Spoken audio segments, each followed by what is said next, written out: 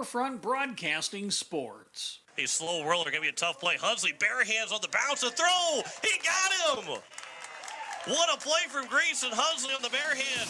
It's time for Post-8 Baseball on KCCR and on YouTube at KCCR Sports. Post-8 Baseball is brought to you by Comtech, True Green Chemelon, Edward Jones Financial, Overhead Door, Todd's Electric, Shane's Pharmacy, Jaeger, AGE, First Fidelity, and State Farm Becky Pottsaba Agency. This will be flown out by Charlie Simpson out to left field. Going back, it is gone! Charlie Simpson hits a two-run home run, and it's a 3-2 ball game. Post-8 Baseball is also brought to you by Capital City Ford, Lincoln, and Toyota, Oahe Federal Credit Union, Missouri River Dentistry, Dakota Sprinkler and Landscaping, Agtegra, Farting Electric, Envirotech, and Kruger Climate Systems. Here's a line shot out and towards left center field, diving and making the catch out in center is Sun and Shine. And a tip of the cap from the head coach. Post-8 Baseball is also brought to you by Stalkin Peterson LLP, Wagner Auto, the South Dakota Office of Attorney General, Division of Consumer Protection, Gales Gas, First United Methodist Church, Karsten Erickson Roofing and Construction, Beck Motors, and May Adam. Gets with a fly ball to left field. That one is going back to the wall. It's out of here. A 3-run homer for Dawson Getz. And it's a 4-0 lead for the Eights. And by American Family Insurance Brittany Schaffelbein Agency, Lamb Motors, Bank West, CHS River Plains, Faith Lutheran Church, Graham Tire, Kathy's Sunshine Properties, Venture Communications, and the American of Fort Pierre. And now, Post-8 Baseball on KCCR. And a good morning as we welcome you here and get it set for Post-8 Baseball on this Friday morning as the Eights take on Watertown in a doubleheader as Post-8 is looking to increase their seed point average. And after the games from Wednesday night were done, the Eights are now into one of those top spots to be hosting a first-round playoff matchup in the best of three. But a couple wins here helps really try and solidify that opportunity for the Eights to be able to be hosting that first-round playoff matchup. They take on this Watertown team looking for a little bit of some revenge from the spring season, and they will go against Caden Rylands, who beat them in Game 1 of that first-round playoff series during the high school season, as the Eights will be looking for their what will be their 14th South Dakota win and would be their 10th overall that they've played. Of course, those 4 Sturgis wins are forfeits that go on the record as wins and helps their seat point average right now at 39.8095. Again, they would be hosting here on Watertown as the number 2 team, 13-4 on the South Dakota season. They split their doubleheader yesterday against Marshall, Minnesota, and this is the first time they're playing against the South Dakota team since July 1st when they swept Huron by a couple big scores. This Watertown team, the number 2 seed, they are already in the state tournament. They're hosting the state tournament at the end of July, so they can win games, be in the number 1 or number 2 spot, and just find themselves ready to go for the state tournament when it comes around and be able to maybe some scout and just watch the games unfold for the playoff series and then get set for the first round of the state tournament, which will be coming up in a couple Tuesdays from now at the end of July in Watertown. The Eights will have Braden Houlette on the mound. The lefty will look to try and tame the Watertown bats as the Eights will be looking for a win in Game 1 against this Watertown team. We've got some smoke haze, and it is a windy morning here at Hyde Stadium. But nonetheless, it is a great day for some baseball, and we can't wait to bring it 2 games between Pierre and Watertown as Post-8 takes on Post-17 here this morning. We'll step aside. We'll come back and get you set for starting lineups. First pitch is coming up here shortly. You're listening to Post-8 Baseball on KCCR, and you're watching it on YouTube at KCCR Sports. Want technology solutions you can trust from a neighbor you know? Comtech, locally owned and serving Pierre and surrounding area since 2009, is dedicated to keeping your home, farm, and business connected and secure. We offer a full range of services, from audio and video, security, surveillance, and networking with expert installation and support. Visit our storefront, call us at 605-224-4066, or visit our website, comtechplus.com, to experience the Comtech difference. Comtech, your local technology experts. Hey, yo, Speedo's Lawn Care. Hello. Say, my yard's in rough shape. It's got weeds, brown spots, and crabgrass. Yeah, no problemo. What shade of green you need? We got 31 shades of green over here. Even the latest shade of septic tank grass green. That one just naturally gives off a glow. Call the professionals at True Green. They know how to get your lawn healthy and keep it healthy. They guarantee it. All technicians are trained and certified. Call True Green, 224-1916.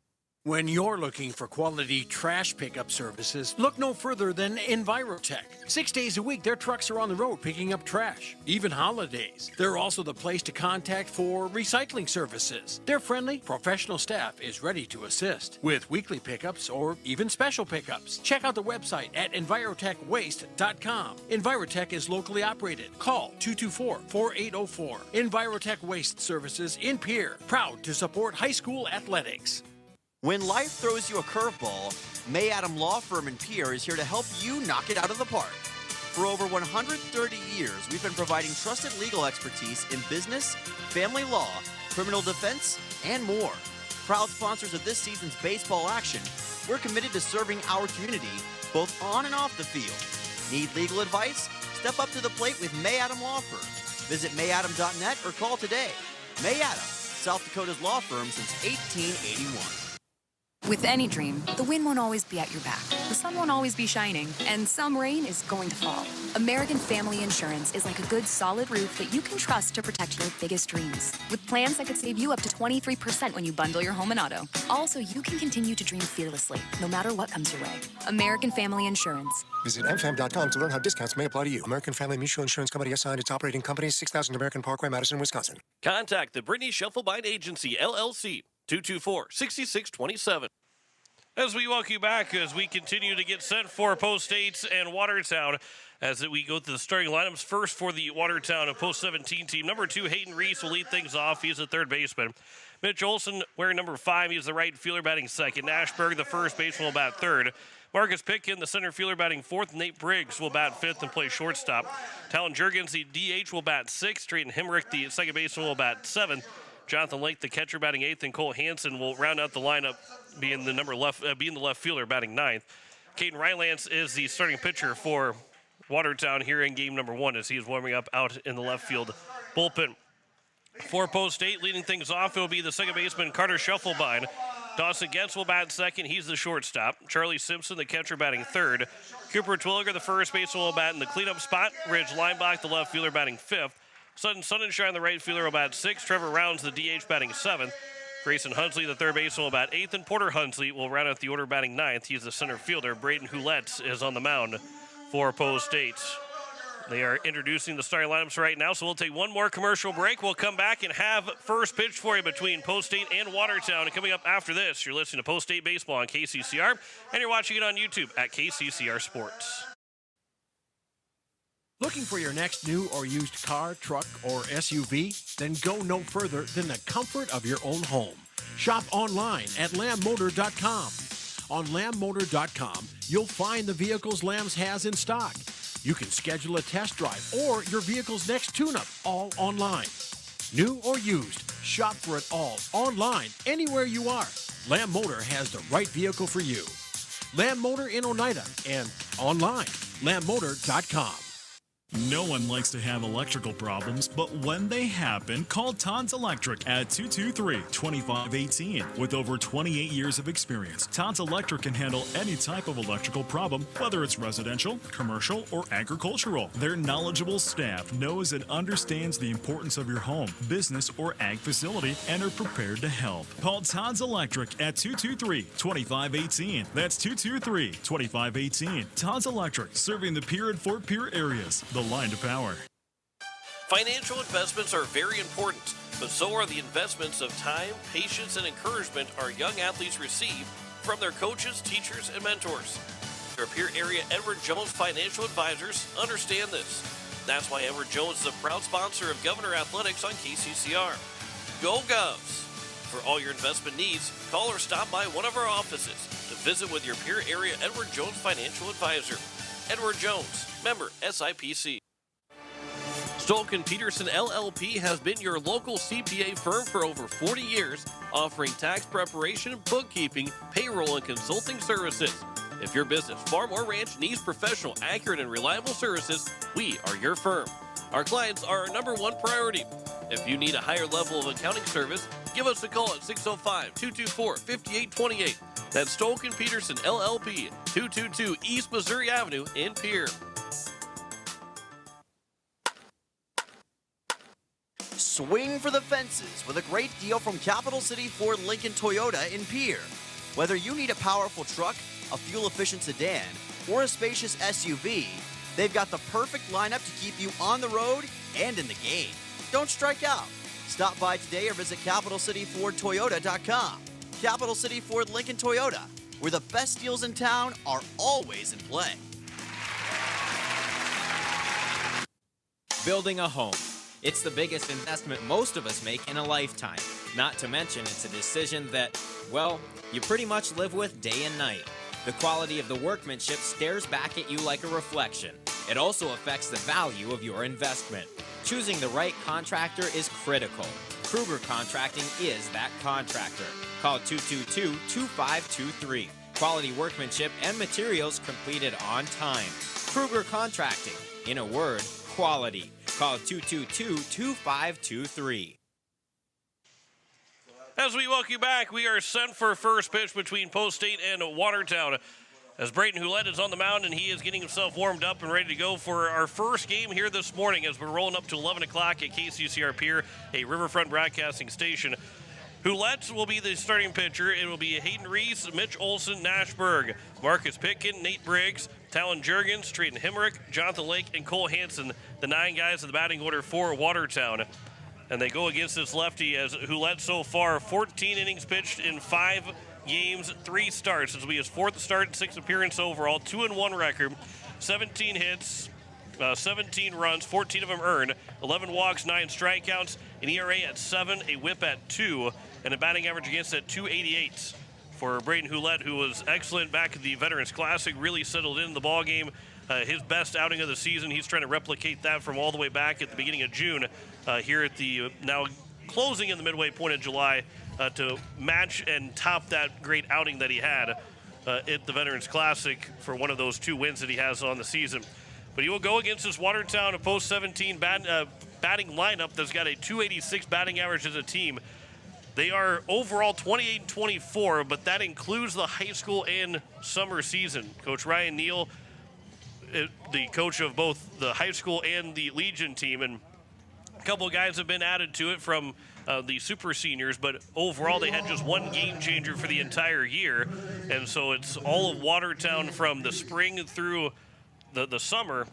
And so as Hayden Reese comes to the plate, you know, he's had 172 plate appearances, where you look at the other side of things, nobody's got over 100 for Post States.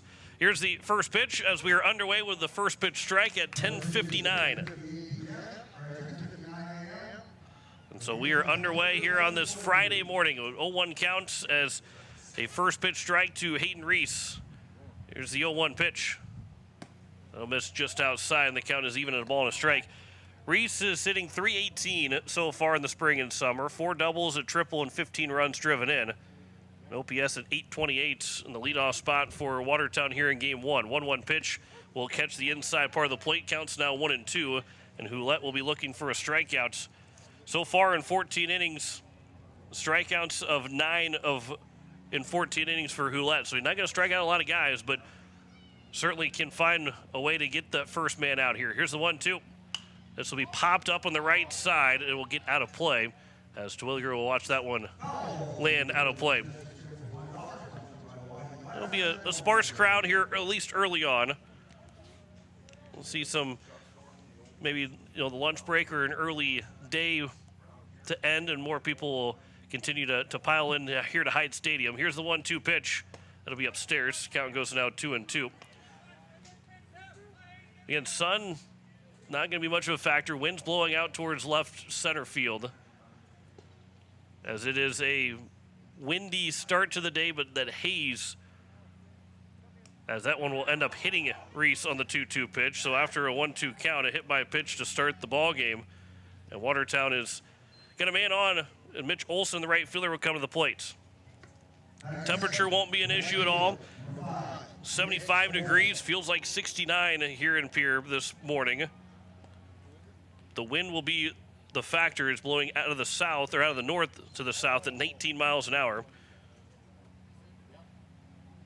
Gusting at 29. Here's the first pitch. This will be grounded over to Hunsley at third. He will field. The throw to second is low, and it's not going to be scooped out cleanly by Schuffelbein at second. And it will end up being first and second on a throwing error by Grayson Hunsley. And there's 2 on with nobody out here in the top of the first inning, and it brings up Nash Berg.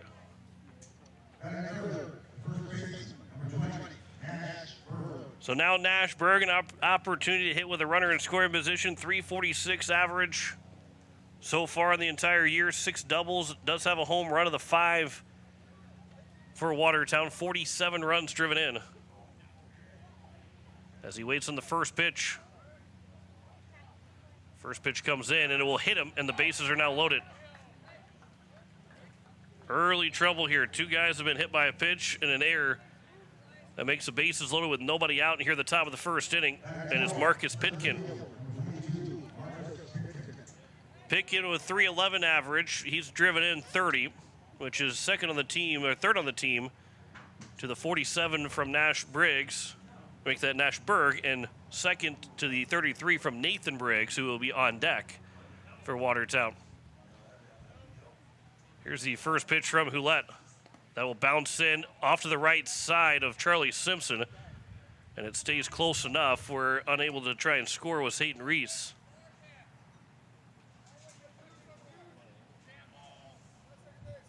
So the base is loaded here with nobody out. In the top of the first, and early trouble here for Post 8. Pitkin waits on the 1-0 from the windup. Hulette delivers. Grounded right down the third base line. It is fair, and it will get its way towards the corner. 2 runs are going to come in to score. Leinbach will cut it off to keep it to a long single. But Pitkin drives in 2 runs to make it a 2-0 lead for Watertown here in the top of the first inning, and it's still first and second with nobody out. Pitkin picks up RBIs number 31 and 32. And now it's the number 2 guy in RBIs, and Nate Briggs to the plate, and he's still hitting with a runner in score position.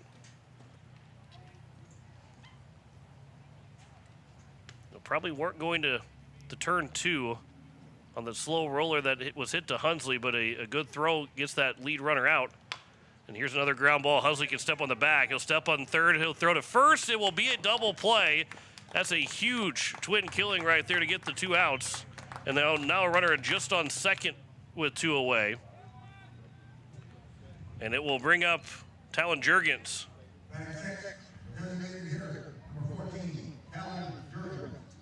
It's a big double play for the Eights to turn.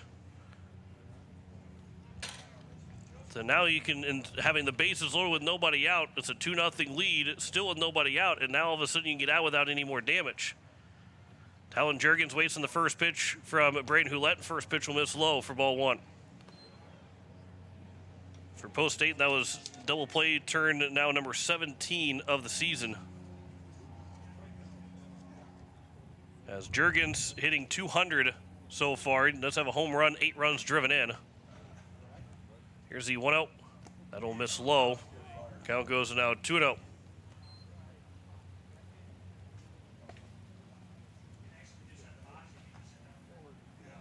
Yeah, this is a big spot here for the Eights to limit the damage to just a couple of runs on the 2 RBI single. That came from Marcus Pitkin. That one's missing high, and the count's 3-0. Trayden Hemrick, the second baseman, is on deck. Most likely going to be taking here is Jurgens. who has not walked a guy yet, but he does have 2 guys that he's hit in this inning. The 3-0 pitch, that'll get right down the middle, guiding it for strike 1. The count's 3-1. Still good hitters count here to Juergens.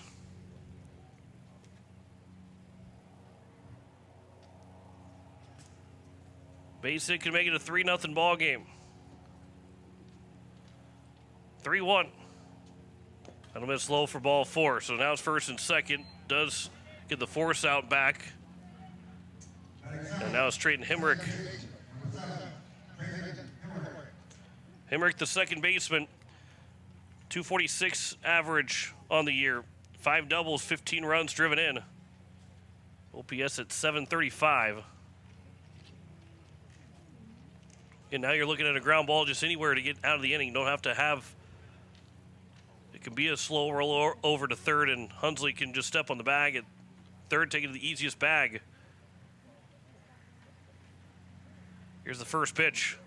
There's a chopper to the shortstop gets. He will throw it to first, and that will retire the side. So Hulette does give up those 2 runs, but is able to limit the damage in the first inning, as they had just 2 runs on 1 hit, 1 error, and 2 men left on base. We've played a half an inning. Watertown leads Pierre 2-0. Back in a minute. You're listening to Post-State Baseball on KCCR, and you're watching it on YouTube at KCCR Sports. Becky Potsaba and State Farm Insurance are here to help you with your insurance and banking needs. State Farm's not just insurance. It's banking, investments, IRAs, loans, and a whole lot more. We offer guidance in a personal and caring way that helps you manage the risks of everyday life, recover from the unexpected, and find ways to control costs so you can realize your dreams. We know how life is, and we're here for you. Stop in to see Becky at 1315 East Wells Avenue in Pierre, or call Becky at 224-4173. Is it the competition that keeps bringing you back? The long-standing rivalries? Or is it seeing friends again and cheering on your favorite team? At First Dakota, we're here for it all. We appreciate the fans, the players, the coaches and officials, the concessions crew. The shared community experience is part of what makes life here great, and we're here for it. See you at the game. First Dakota National Bank, member FDIC. As we walk you back, it is the bottom of the first. 2-0 lead, American Family Insurance. Brittany Shuffleby scoreboard. Caden Rylance is on the mound for Watertown, and he has been dominant and will want to be dominant when he gets to college as well for South Dakota State. He is 6-2 in the season in 68 2/3 innings pitched, 12 starts. All of his appearances have been starts. 38 hits, 17 runs, 13 of them earned. 31 walks, 118 strikeouts. This is, again, including the spring and summertime. His ERA is 1.33, the whip at 1.01, and a batting average against at 158. There is not a lot of base runners against Caden Rylance, as Carter Shuffleby will be the first man to greet him here in the bottom of the first inning. He threw that 6-1 win back on Saturday, May 17th. It was game 1 of that best-of-3 series. Ended up being Watertown sweeping the Governors. Rylance threw 110 pitches in 7 innings, gave up 2 hits, 1 unearned run, 2 walks, and 19 strikeouts. As he gets back on the hill here at Hyde Stadium. And the first pitch, Shuffleby quickly swings at and fouls away for strike 1.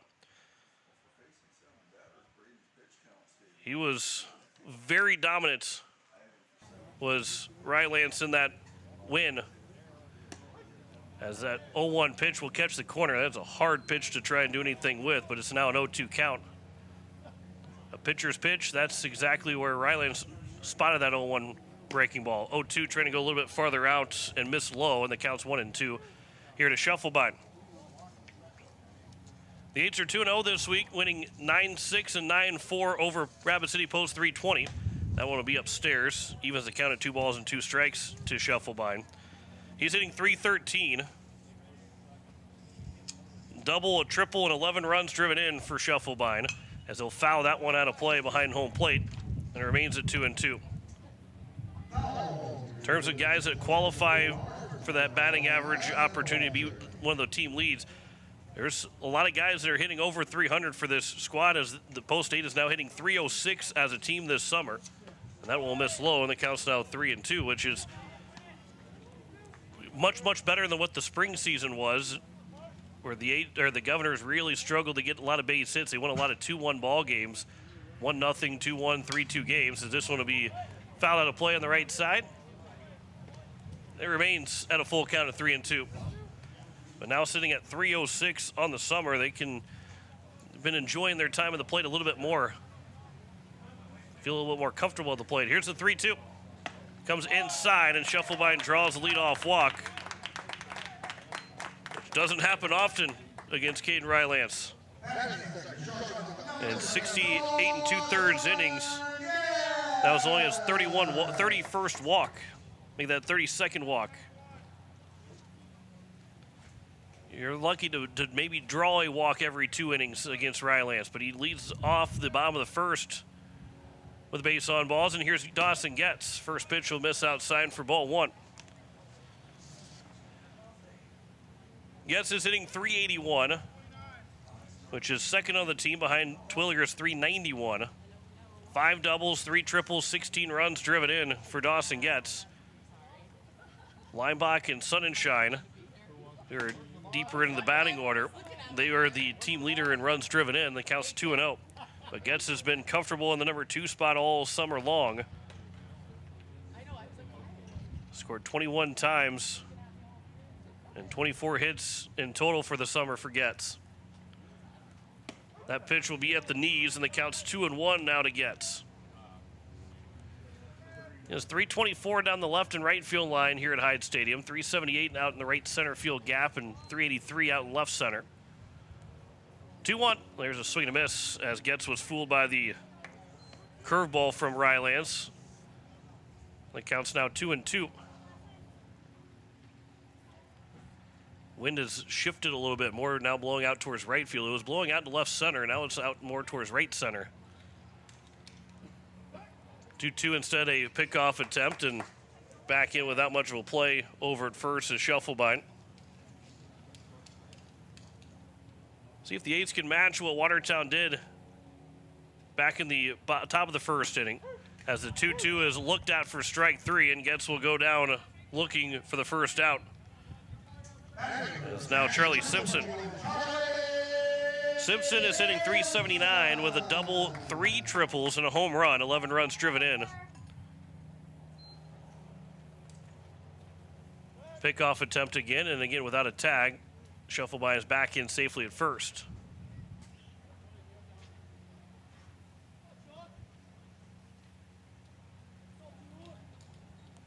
Here's the first pitch to Charlie Simpson. That'll miss low. It's not a bad spot to miss, and the fastball that just missed below the knees for ball 1. When you get base runners, you got to find a way to score, guys, because you're not going to get a lot against Rylance. Manufacture runs, find ways to move guys over, as that one will catch the outside corner. The count's 1-1. Right now with 1 out and a runner on first, you'd like to find a way to get Scheffelbein to second. At least a second, as that one will be at the top of the zone. Buckling the knees a little bit of Simpson, and the count's now 1-2.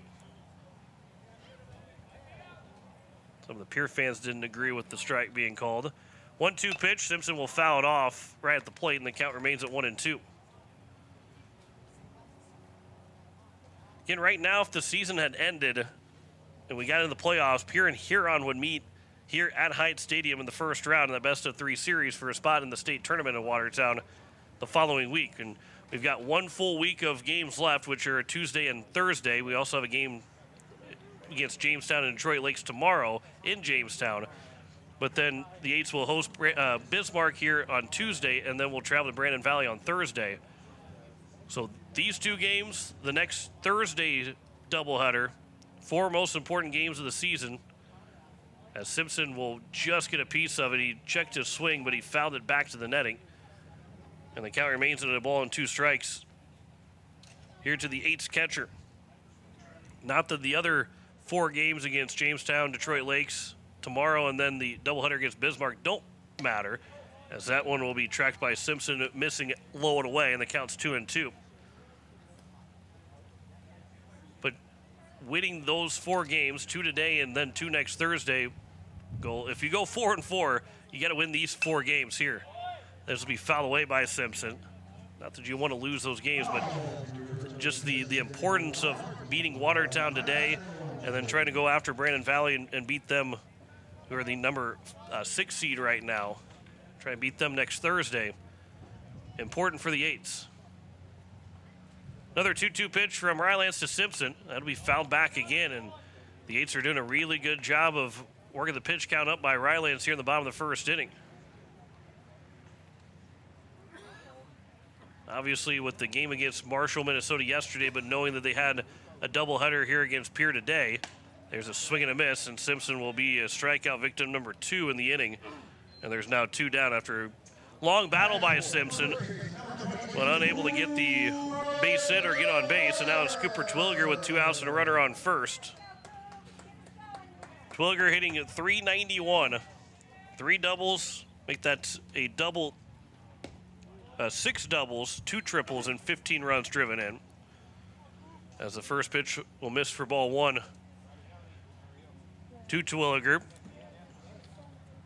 He's driven in 15 runs. 1-0 pitch. That'll be at the knees, and the count's 1-1.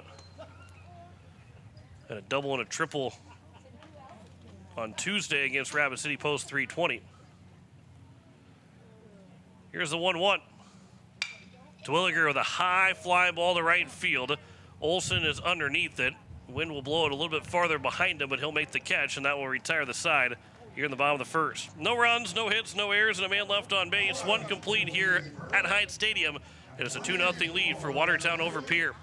You're listening to Post-State Baseball on KCCR, and you're watching it on YouTube at KCCR Sports.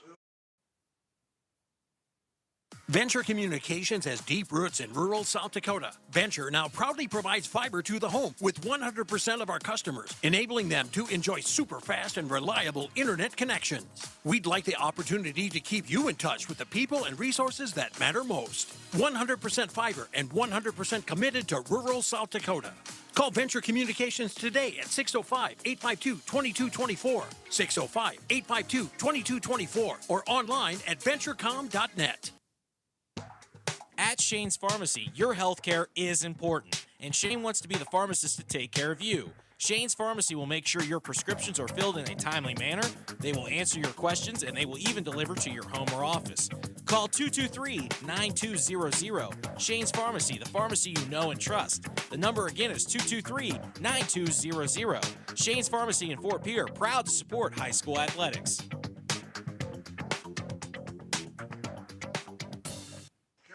And we welcome you back. It is the top of the second, a 2-0 lead for Watertown over Pierre on American Family Insurance. Brittany Shufflebein scoreboard. 8-9-1 for Watertown with a 2-0 advantage. Jonathan Lake, the catcher, lead things off. Cole Hansen, the left fielder, followed by then Hayden Reese back at the top of the order. As the Eights were able to get around the potential massive inning, what could have been for Watertown when the bases loaded, nobody out. They did score 2 runs. But the Eights were able to get out of it after a couple at-bats, turned a 5-3 double play in there.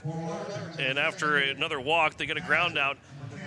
So we'll see if Hulett can settle into this ball game and try and pick up a big 0. One of those 2 runs being unearned against Braden Hulett in that top of the first inning. Here's Jonathan Lake leading things off. First pitch is over for strike 1. So far on the year for Lake, 273 batting average, 2 doubles, and 19 runs driven in. The only extra base hits, just those 2 doubles, in the total of 21 hits for Lake as he swings and misses at the 0-1 pitch, and the count is quickly 0-2 here for Hulett to try and get his first strikeout of the ball game. The lefty winds and delivers the 0-2. Just a bit upstairs, maybe a little bit outside, and the count's 1-2. Not a bad spot to miss. Hulett toes the far right side of the rubber to the third base side, or I guess if you're looking at from home plate, the left side of the rubber. And as the pitch is popped up to the right field, Sutton Sunshine out and right. He'll make the catch, and the leadoff man retired to kick off the top of the second. Defensively for Post State, we didn't go through that in the top of the first inning. Rich Leimbach is out in left. Porter Hunsley is in center, and Sutton Sunshine in right. Grayson Hunsley at third. Dawson Getz at short. Carter Shufflebein at second. Cooper Twilliger at first. And Charlie Simpson is behind the plate for the Eights here in Game 1 of this doubleheader. As Braden Houlette, after retiring Lake, will deal with the left-handed hitting Cole Hansen. And the first pitch will drop in for strike one. So far, Houlette's getting in front of the hitters, which has been a struggle in the first 14 innings of the summer for Houlette. He threw a first pitch strike 36% of the time. The average on the team is 52%, but so far Houlette has not had any problems getting ahead in the count at 0-1 or 0-2, and now it's an 0-2 count as that one was fouled out of play by Hansen. And Houlette again will be looking for a strikeout pitch. Here's the 0-2 from Braden Houlette to Hansen. That'll be upstairs. Curveball didn't break, and the count's now 1-2. Hayden Reese, the top of the order for Watertown, is due up next. 1-2 from Houlette. Ground ball up the middle. It'll be Getz that will field behind the bag and throw to first. It's going to be in time. What a play by Dawson Getz. Showing the range for Getz to get the second out. Getz was about 5 steps behind the bag of second. Put the glove down. I think if he slides or if he dives, there's no chance of getting Hansen at first. But he stayed on his feet, was able to set himself as best you could to make a throw on the run like that, and fired a strike to Cooper Twilliger at first to get the second out. Now here's a much easier ground ball that gets over at short. His throw to first. How about a 1-2-3 inning for Braden Houlette? We get to the bottom of the second. 2-0 lead for Watertown over Pierre. You're listening to Post State Baseball on KCCR, and you're watching it on YouTube at KCCR Sports. YAG Air Incorporated is your locally owned ag chemical and seed retailer. YAG Air Incorporated offers reliable ground and aerial application. For the latest seed and chemical pricing, contact Kyle at 605-280-8710 or Tony at 605-280-4771. YAG Air for all your ag chemical and seed needs. Kyle 605-280-8710 or Tony 605-280-4771. You just got a quote from a company and are now being billed for not choosing them. Many contracts have what's referred to as a contingency agreement. These typically state that if you don't go with them, you, after insurance has approved the repair work, will be charged a percentage of the job they quoted. Ask up front if they charge to provide an estimate. Never sign anything that you haven't fully read or understand. If you have any questions, reach out to the South Dakota Office of Attorney General's Consumer Protection Division at 800-300-1986. We welcome you back. It is the bottom of the second. Still 2-0 lead for Watertown over Pierre. The American Family Insurance, Brittany Shufflebein scoreboard. Ridge Leimbach, Sutton Sunshine, and Trevor Rounds. This will be 5, 6, and 7 for the Eights as they look to try and get their first hit against Caden Rylands. After Braden Houlette gets a 1-2-3 top of the second with 2 ground downs to the shortstop. Getz has been busy over at short. He's retired 3 of the last 4 batters on ground downs. But it is Ridge Leimbach that will lead things off. .333 batting average, 4 doubles, 4 triples. He hit a home run with 19 runs driven in. That is tied for the tops on the team with Sutton Sunshine. As the first pitch comes in, and Leimbach will swing and miss to the fastball, a little bit behind the fastball from Caden Rylands. The count's 0-1. Rylands quickly delivers the 0-1 pitch, and Leimbach will foul that one out of play on the right side, and the count goes to now 0-2. And again, the amount of guys on base against Rylands, his whip is basically at 1 for a reason. You're not going to get a lot of guys on base per inning against Rylands without a little bit of help from the Watertown defense. And overall, I believe, they have 80 errors on the season in 40-some games, 52 games, so they don't average a whole lot of errors per game either. 1-2 pitch, ground ball on the right side. This will be fielded by the second baseman in Hemrick. His throw to first will retire Leimbach, and the leadoff man retired here in the bottom of the second. And it will bring up now the right fielder, Sutton Sunshine.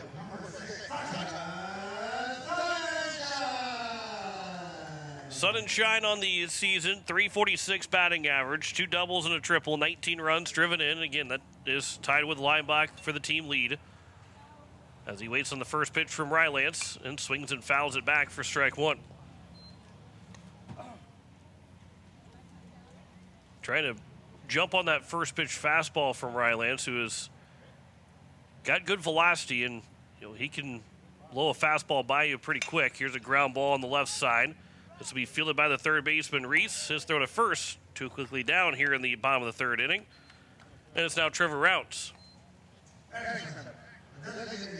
But a guy like Rylance, who's got some nasty stuff and a lot of different pitches that he can throw, and he comes at different, his timing is different from the windup. He'll quick pitch you every once in a while. He'll slow things down and really force your timing off.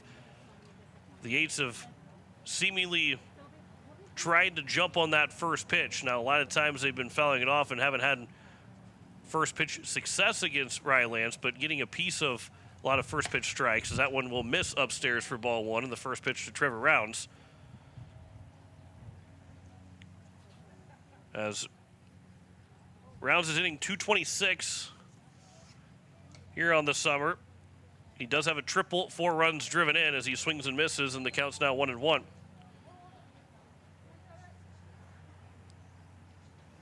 Opportunity to try and get a 2-out base runner. Here's the 1-1 pitch. That'll miss low and away, and the count's 2-1. And on top of all of that, though, Rylance threw quite a few pitches in that first inning, especially against Charlie Simpson, who had a long battle against him. 2-1 pitch will catch the very, very bottom of the zone for a strike, and the count's now 2-2.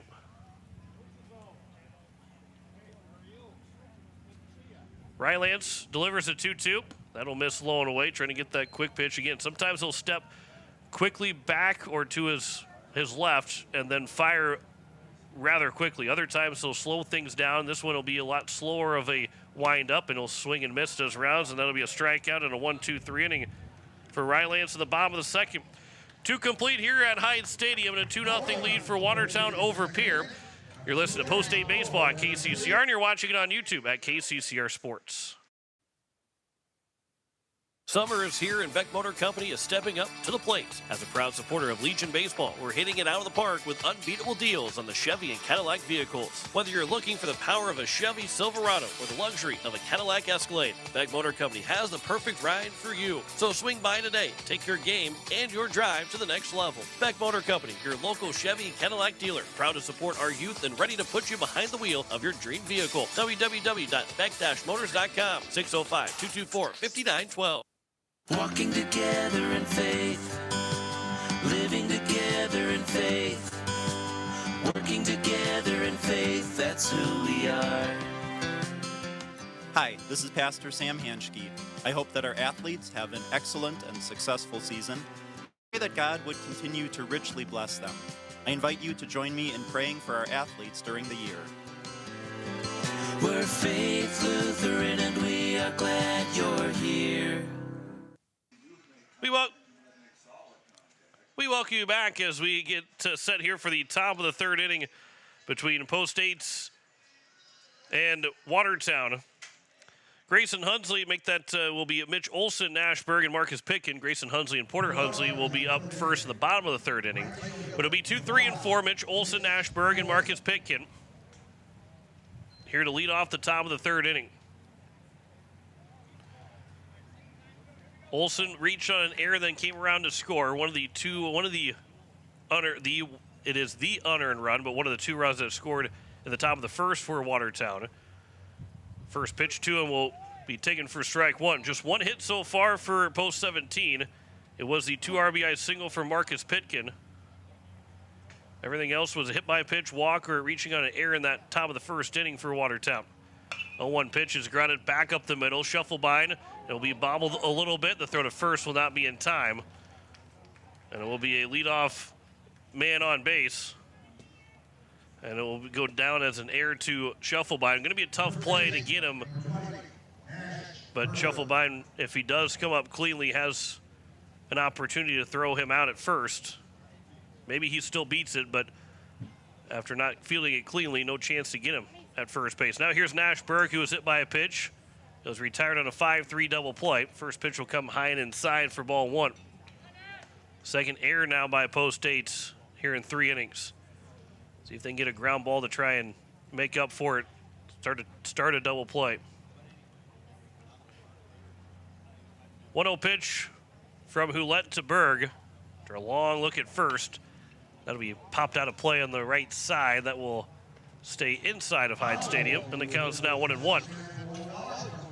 With that win, I would say when that ball came off the bat of Berg, I was more expecting it to land outside of Hyde Stadium on the sidewalk near a car, but then it only landed about 10 feet past the dugout.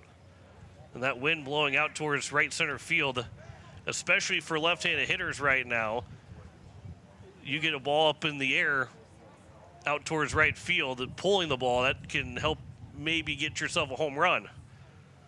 Because that American flag is really flowing out in right field, blowing out towards Sioux Avenue out of right field. Here's a 1-1. There's a ground ball up the middle. Scheffelbein, backhand, underhand flips to second. The throw to first is going to be in time, and it will be a double play. So there is your double play to make up for the leadoff error. 4-6-3 is turned. Second double play in 2 innings for the Eights, and there's now 2 down with nobody on. As Marcus Pitkin, who doesn't get the RBI opportunity, he is 1 for 1 with the lone base hit and the 2 runs driven in. First pitch from Hulett to Pitkin. That'll bounce in for ball 1. So get the 5-3 double play in the first, now a 4-6-3 double play turned in the third. And again, it makes up for the leadoff error Scheffelbein had, and he starts that double play as well. It was a good underhand toss to Getz over at second, as the 1-0 will miss low and the count's 2-0.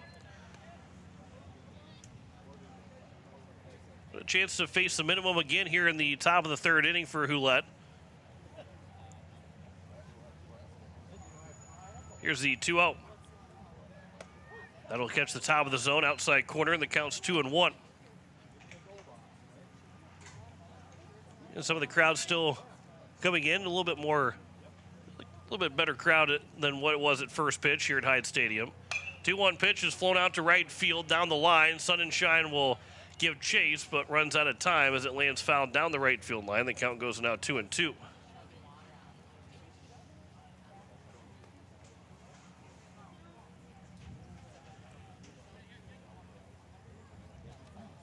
Post State through J.J. Buchholz and Will Danberg on Tuesday.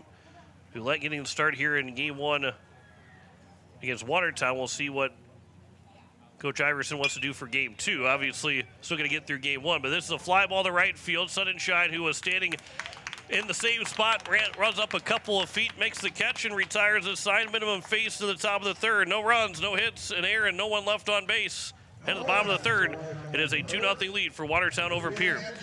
You're listening to Post State Baseball on KCCR, and you're watching it on YouTube at KCCR Sports. Has it been years since you've been to the dentist? Are you afraid to see a dentist? If so, you are among many people who feel this way. Hi, I am Dr. Michelle Hofer of Missouri River Dentistry. At our office, we pride ourselves as an office that uses a personal touch to offer gentle dentistry, tailored to fit each patient's needs. We do so by utilizing state-of-the-art equipment and methods which allow the patients to feel comfortable. So whether it has been many years or 6 months since your last dental visit, your oral health is important. We invite you to call us at Missouri River Dentistry, 223-2021, 223-2021. Wagner Auto in Pierre has been hitting home runs for over 100 years, delivering quality vehicles and top-notch service to our community. Whether you need a rugged truck, a dependable SUV, or a fuel-efficient car, we've got the perfect lineup to keep you on the road. Proud sponsor of this season's baseball action, we're here to help you drive home a great deal. Stop by today or visit WagnerAuto.com. Wagner Auto, South Dakota's oldest auto dealer. We welcome you back. It is the bottom of the third And a 2-0 lead for Watertown over Pierre on the American Family Insurance Brittany Schuffelbein scoreboard. 8-9-1 now for the A's. Grayson Hunsley, Porter Hunsley, and Carter Schuffelbein. Grayson Hunsley, he comes in hitting .203 on the summer. Does have a double, 6 runs driven in. He'll look to get something started against Caden Rylands, who, after he allowed the leadoff walk to Carter Schuffelbein in the bottom of the first, he's retired 6 straights. As Hunsley will wait on the first pitch, and he'll miss outside for ball 1. And again, the Eights have jumped on first pitch strikes. That obviously missing for a ball. They've tried to jump on it. They haven't had any much success of putting the ball in play on that first pitch strike, as this one will be popped up. Shallow center field, long run for everybody. It's going to drop in for a base hit. The center fielder and Pitkin maybe thought that ball was going to be sitting in the infield. The shortstop, Briggs, ran out of time to get back there, and both guys lost their hat, and the ball drops between them. And Grayson Hunsley has the Eights' first hit of the ball game. And it's now Porter Hunsley to the plate.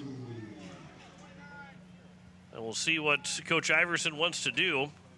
If he will put a bunt on to try and move Hunsley over into scoring position to get the top of the order. Porter Hunsley will try and bunt the ball. It'll be popped up and caught by the third baseman, though. So the bunt is unsuccessful as Reese came charging in, and there's one down now here in the bottom of the third. And it's Carter Schuffelbein who drew a walk in his first trip to the plate. That will come back up as the Eights will turn the lineup back over. That's a tough missed opportunity. You get Grayson Hunsley in a scoring position with 1 out. You give yourself an opportunity to try and, it's a 2-0 ball game. You get 1 run here. You got half a ball game left to go to try and get at least that second run to tie the game up and maybe send it into extra innings, which was clearly the thought that Coach Iverson was wanting to have and hoping to have to execute, that get the bunt down, get him to second. You have your top 2 guys in the batting order to try and score the run, regardless if you scored 2 runs or not, as it counts 3-0 now here to Schuffelbein. You have an opportunity with the top of the order to drive in with 2 at-bats. Try and drive in that one of those 2 runs to get it back. But it's a 3-0 count here to Schuffelbein. He'll be taken all the way. He'll take it for a strike. Good hitter's count here to try and drive something in a gap somewhere. The 3-1 counts. Rylands delivers a 3-1. Schuffelbein rips it out towards right field. It will go right to the right fielder, though, and Olsen. That wind can't help that one out. And Olsen makes the catch for the second out. There's now 2 away. Dawson gets to the plate with Grayson Hunsley still over at first. Gets struck out looking. He's one of 3 strikeout victims of Caden Rylands so far. Thought maybe with that 3-1 pitch and the way the wind was flying out to right field, maybe had a chance to burn the right fielder or get towards the fence, but maybe didn't get it up high enough for that wind to catch. The first pitch is taken for strike 1 to Getz. So he hits with Hunsley over at first and 2 away in the bottom of the 3rd inning.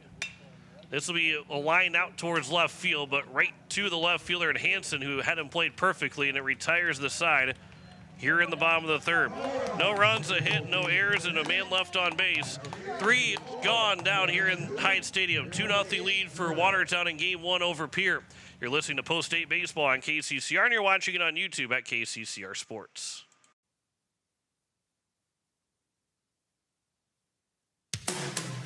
People helping people. Have you ever wondered what the benefits are of becoming a Wahi Federal Credit Union member?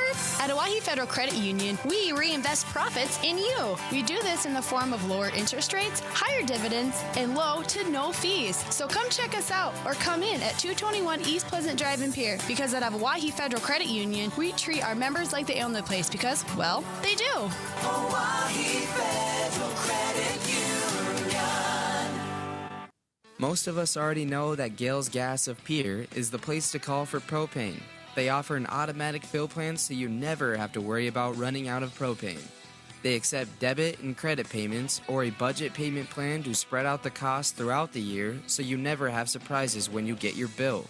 For delivery, convenience, and great customer service, call Gales Gas at 224-5518. That's Gales Gas at 224-5518. Top of the fourth, it is a 2-0 lead for Watertown still in the American Family Insurance Brittany Shufflebein scoreboard. And it will be 5, 6, and 7. Nate Briggs, Talon Jurgens, Trayton Hemrick here for Watertown post 17 in the top of the fourth. As they still hold on to that 2-0 lead. Just one hit so far for the Eights. They've left 2 guys on base. Watertown's only left 2 guys on base through 3 innings, but they have scored twice.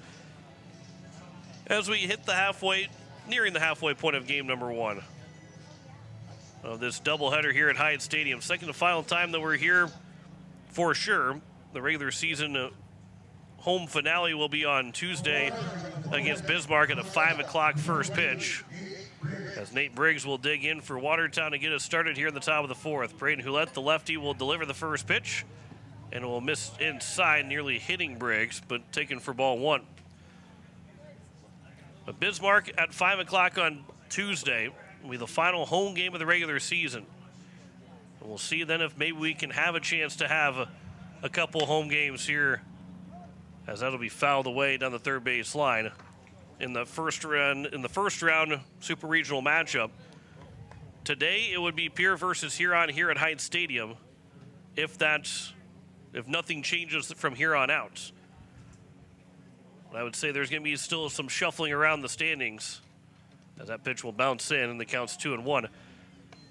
Pierre is leading Huron by 0.3 points, leading Brookings by 0.5, and still in post 320 now 1.2 points behind post 8.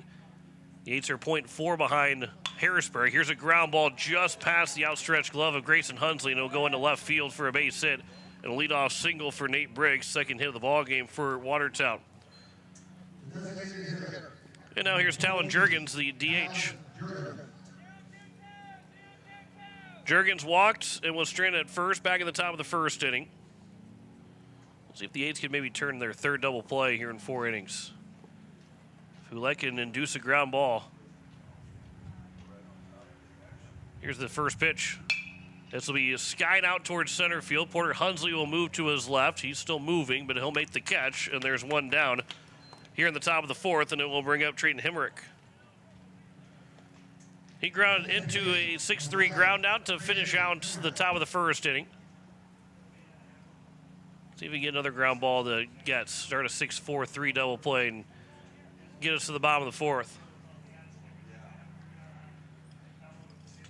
Those games can be played Wednesday, Thursday, or Friday, which most likely will be one game on the first day, and then the 2 games, if necessary, game 3 would be the second day, as that first pitch is over for strike 1. We had when Watertown was here during the spring, we had the weather issue on Friday that kept us from being able to play Friday, and then with graduation then being on Sunday, it turned into then playing potentially all three games on Saturday, which only ended up being just the 2. But overall, it will be the one game on that first day, and then games 2 and, if necessary, game 3 will be the following day. Had one in the evening on day 1 last year when we went to Watertown, and then they played mid-afternoon on the second day to try and qualify for the Legion State Tournament. Counts 1-1 now here to Trayton Hemrick. It'll all depend on who the Eights play, if they're here, if they're on the road, what time. That will determine the time. The runner takes off for second. The throw to second. It will skip away from Shufflebein, backed up by Getz. Had the throw been good, it would have been plenty of time to get Briggs at second, but instead it turns into a stolen base for Briggs. And the count's now 2-1 here to Trayton Hemrick. So outside of doubling him off at second, that takes away a ground ball double play.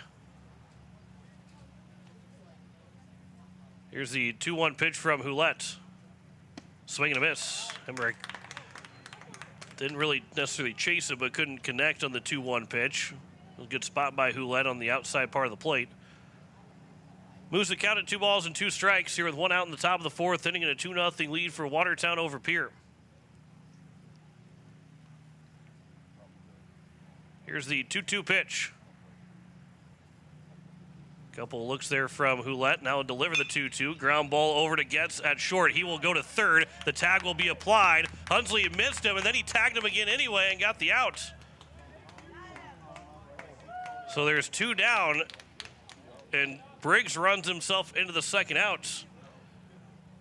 So there's only a runner on at first now with 2 away.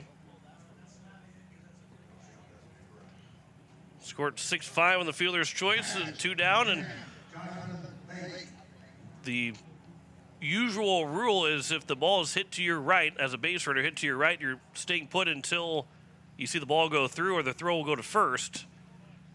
But Hemrick was off with contact and Getz wisely fielded it through to third, and Hunsley was able to miss the tag at first, but then Briggs had slid so far away from the bag at third, is able to get the tag to get applied to retire Briggs and get the second out. Time is going to be called here by Jonathan Lake, who is 0 for 1 with a fly out to right. He's up into the count 1-0 right now. Good heads-up baseball by Dawson Getz. 1-0 pitch. That one's fouled back, and the count's 1-1.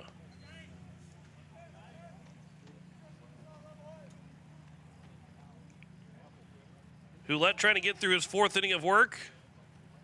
Getting 1 unearned run so far against Houlette. He has thrown 47 pitches. This will be pitch number 48.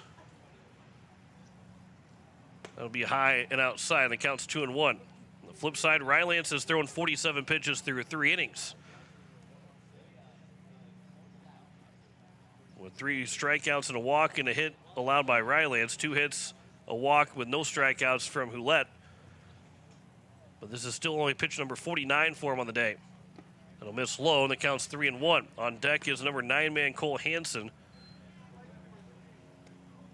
Quick pickoff over at first, and back without a play is Hemrick over at first base. They each will have 3, 4, and 5 due up in the bottom of the fourth. Try and keep this a 2-0 deficit.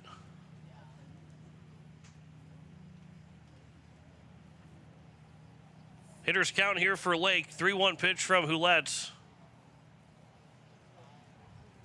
Missed for ball 4, and that'll be the second walk issued by Houlette. Now first and second with 2 away, and this is a big spot with the number 9-man at the plate. Trying to keep that leadoff guy in the batting order on deck. I'd rather face him in the top of the 5th than see him here with the bases loaded or anything else in the top of the 4th inning. Hansen ground out to Getz over at short. First pitch is over for strike 1.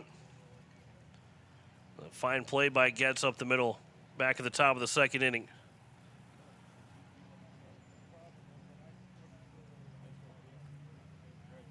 Oh, 1 pitch now from Houlette. That'll miss it low and inside, evens a ball and a strike. So now Houlette throwing 52 pitches, still with just about half of that left to go. He's going to 105. Still got another 53 left to go before he would have to be removed. That will bounce in, and now the count is 2-1. That is a good block there by Charlie Simpson. Keep those runners at first and second. Hayden Reed's the top of the order. He is on deck. Becomes all important to try and get Hansen, but down the count right now, 2-1. 2-1 pitch. That one's a chopper down the first base line, but it is foul, and the count's now 2-2. And we'll see if Houlette can get his first strikeout here. The Deuces are wild here in the top of the 4th inning. 2 on and 2 out, and a 2-2 pitch coming up in a 2-0 ball game.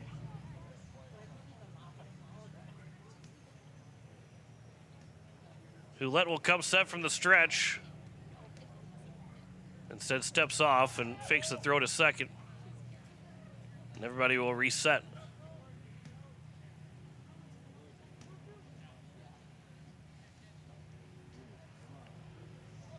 Hulett again peers into the sign. And he'll come set from the stretch and deliver the 2-2. Fouled away out of play on the left side.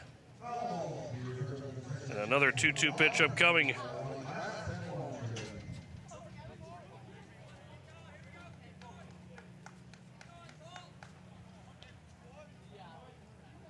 Can Hulett get the first strikeout of the ball game? Get us to the bottom of the fourth. 2-2 again. Missing inside. The count is full at 3-2, and now a head start for both guys at first and second. Hemrichs at second, Lake over at first.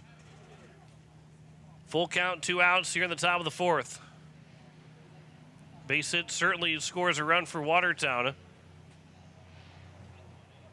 Extra bases will most likely score 2. 3-2. Ground ball on the right side. Shufflebind will stay down on it. Throw to first, and that gets out of the inning. And another ground out from Braden Hulett.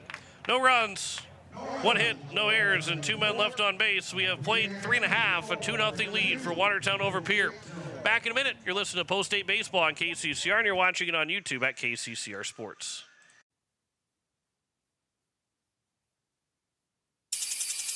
Dakota Sprinkler and Landscaping wants to make it easy for you to get that lush green lawn and that yard haven that you've been dreaming of. Visit dakotasprinkler.com to make appointments for sprinkler system spring startup, service calls, fall winterization, and landscaping quotes. Trust Dakota Sprinkler and Landscaping's professionals to get you through the planning and installation to make your landscaping needs a reality. Visit dakotasprinkler.com today. Hey you. Are you at a job that is fulfilling, has good benefits to support you or a family today, and retirement goes down the road? If you just said no, listen up. CHS River Plains is hiring operations personnel, drivers, and custom applicators at several locations. These come with a knockout affordable benefit package for you and the whole family. Apply to a job with CHS River Plains and up your benefits straight up. To apply, visit us online at chsriverplains.com or stop in at one of our locations. CHS is an equal opportunity employer.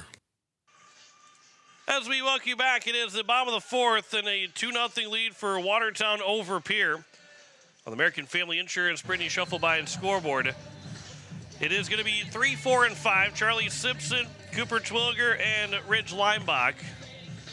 Jonathan Lake, who was on first with 2 outs, he is getting the gear on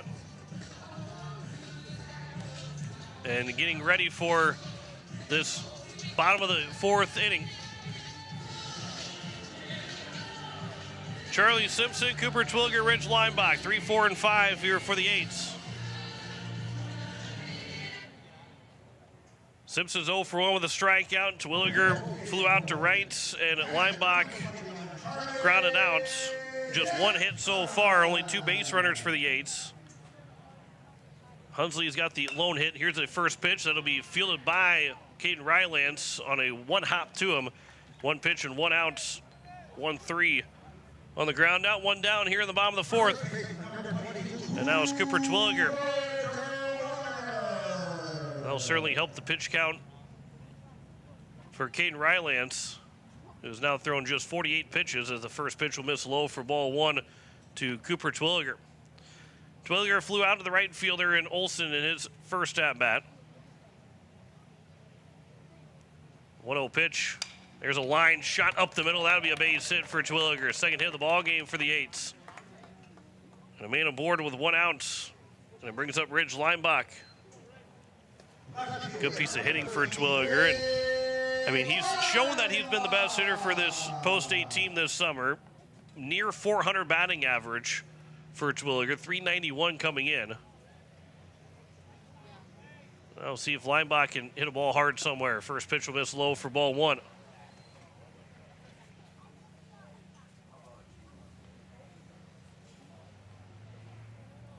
Two runs in the top of the first for Watertown. Here's the 1-0 pitch. There's a line shot. That'll be a base hit for Ridge Leimbach. Twilliger will stop at second. Back-to-back hits here for the Eights, first and second with one away in the bottom of the fourth. And now it's Sutton Sunshine. Team lead in RBIs, tied with Leinbach. And he's got an opportunity to pull the Eights within one. Two hard hit balls up the middle and to the right side for both Twilliger and Leinbach. And now Sutton Sunshine. First pitch from Rylance. That'll catch the top of the zone. Counts 0-1 to the Eights right fielder. Boy, this is a big spot here, halfway point of the ball game. First and second with one out, an opportunity to first time that the Eights are hitting with a runner in scoring position. As that one will miss, and the count's 1-1. The Eights are hitting .306 with runners in scoring position. Sunshine .419 batting average with guys in scoring position. The batting average at .346 as that one will miss, and the count's 2-1.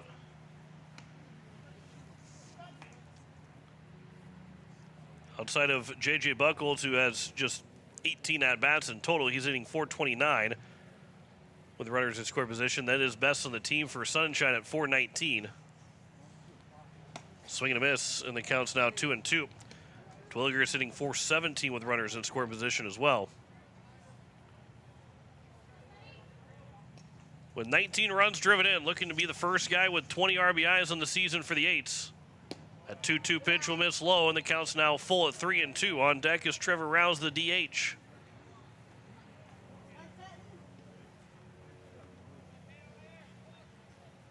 Three-2 pitch from Rylance to Sunshine. That'll be foul. That'll play on the right side.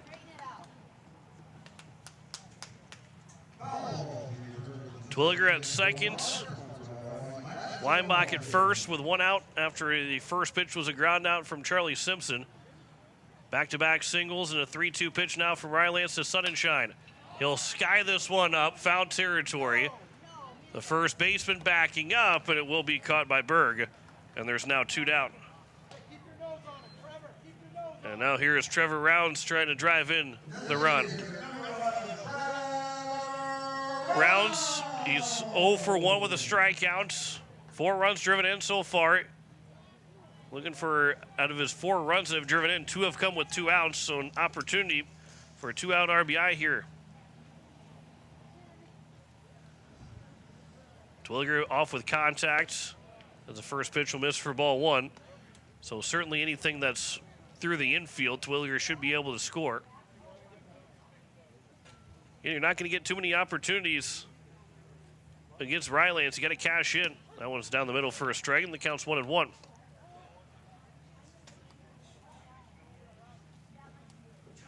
You had a runner on at first to lead off the third inning, and the next 3 guys are retired. Now first and second with 1 out, and you're trying to scratch away a run. There's 2 outs now in the inning. That curveball will come in and had Rounds fooled, and the count's 1-2. All it takes is one good swing in the ball. Get a base hit for Rounds. Rylance delivers a 1-2 pitch. That is outside, and the count's now 2-2. And for the second time in these last half innings, deuces are wild again. 2 on and 2 out, and a 2-2 pitch. Rylance will come set and deliver the 2-2. Swing and a miss. And that will strike out Rounds for the second time and end the inning. No runs, 2 hits, no errors. 2 men left on base. Halfway home in game 1 and a 2-0 lead for Watertown over Pierre. You're listening to Post-State Baseball on KCCR, and you're watching it on YouTube at KCCR Sports. Larry Fry Heating and Cooling has a new name. Kruger Climate Systems has acquired Larry Fry Heating and Cooling, but it's still the same great service. Your friend Larry Fry is still a manager, and his dedication to providing you with outstanding service remains unwavering. The same quality products and services you have come to expect from Larry Fry Heating and Cooling will continue under the new leadership of Kruger Climate Systems. You can still reach us at 605-224-9548 or email us at ryan@krugercontracting.com. Kruger Climate Systems, your certified Trane and Mitsubishi dealer in Central South Dakota. Step up to the plate with Kathy Sunshine Properties in Pierre, your go-to for buying, selling, and finding your perfect home. Whether you're looking for a cozy cottage or a spacious family home, Kathy Sunshine Properties has you covered. We're committed to helping you make your next big move. on the field or in your life. Ready to find your dream home? Call Kathy Sunshine Properties at 605-224-5588. Your home run in real estate. As we welcome you back, it is the top of the fifth, a 2-0 lead for Watertown over Pierre. As you're listening to KCCR Pierre, a Riverfront Broadcasting Station, as we hit the noon hour on this Friday afternoon. John Wickler with you. 2 runs at the top of the first for Watertown and a 2 RBI single for Marcus Pitkin. The only runs across so far, 2 runs on 2 hits and no errors for Watertown. No runs, 3 hits, and 2 errors for Post States. As Braden Houlant will deal with the top of the order, Hayden Reese, Mitch Olson, and Nash Berg here in the top of the 5th inning. If you're just joining us and did not catch us talking about over the last week or so, and then even this morning, that it was a 11 o'clock start. Here's a ground ball that'll be up the middle. It'll be a tough play for Getz. He got a glove on it, but couldn't come up with it cleanly. And it will be a leadoff single. It'll be the 3rd hit of the ball game for Watertown. A leadoff single for Hayden Reese on the first pitch that he sees to start this top of the 5th inning. Yeah, we got started at 11 o'clock first pitch here at Hyde Stadium. Game 2 will follow this one, and the Hawaii Zap will play later on tonight at 6:05 here at Hyde. That first pitch will miss low for ball 1. Olson is 0 for 2, but he's reached on an error both times. It was an error by the 3rd baseman, Grayson Hunsley, and then an error by the 2nd baseman, Carter Scheffelbein. That ball will be thrown away by Houlant trying to pick off the runner at first, and it will put the runner all the way over to 3rd. It bounced in front of first base and hit the lip that bounced away from Terwilliger. And so now there's a runner on a 3rd, and the 3rd error by Post State could be a costly one. An air charge to Houlant on the throw. And so now it becomes trying to get a couple strikeouts or at least some infield pop-ups as Olson waits on the 1-0 pitch. He'll ground that one over to Terwilliger, and that will get past him into right field. Most likely also be scored an error, and it's now a 3-0 lead for Watertown. Second error in the inning already, and it's now a 3-0 advantage for Post 17. Terwilliger let that ball play him instead of coming up and playing the ball.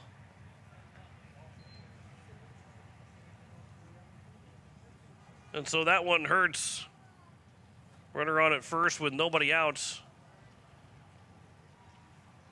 Here's Nash Berg, and that'll hit him.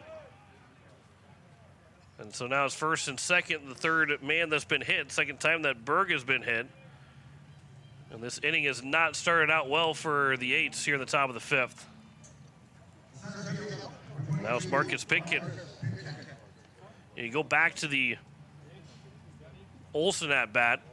Terwilliger where he was playing, and again, he let that ball take one extra hop, and then he tried to make the play, which might have taken a bad hop to him, but where he was standing at and where he would have been had there not been the throwing error on the pickoff were 2 completely different spots, and that ball probably doesn't take that second hop. And so, it's a tough play for Terwilliger there, but where he's at first, he's probably sitting right on top of the ball and at least able to maybe knock it down and get the runner at first, if not trying to start a double play. Berg is still laboring over at first base. Coach Neal is going to jog his way out to check on Berg. That got him right on the hand. I mean, it sounded almost like it hit the bat when it hit Berg. It didn't hit the bat, but it sounded like it was hitting something like a bat. And so now you can understand why, a little bit more, why Berg is being checked on to make sure that his hand is okay. But he seems to be fine. He is the first baseman. That doesn't necessarily always mean anything, but are we going to have a runner now for Berg? Will he be replaced in the batting order? Coach Neal's got his lineup out, and they are going to take Nash Berg out of the ball game and have someone run in his place, but replace him in the batting order as well.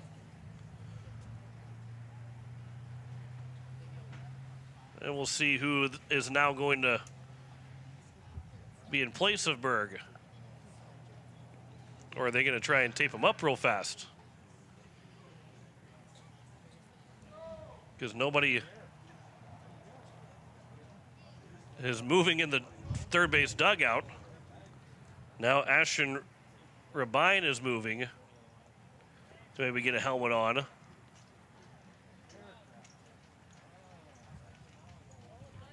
So Ashton Rabine will be the runner. And will take the spots of Nash Berg over at first and in the lineup. Number 12, Ashton Rabine. So Rabine will run. As it stands right now, he'd be the first baseman. But they might do some maneuvering around to the defense. But here's Marcus Pitkin with runners at first and second. He's got 2 RBIs so far. Shows bunt, pulls it back, and taking it outside for ball 1.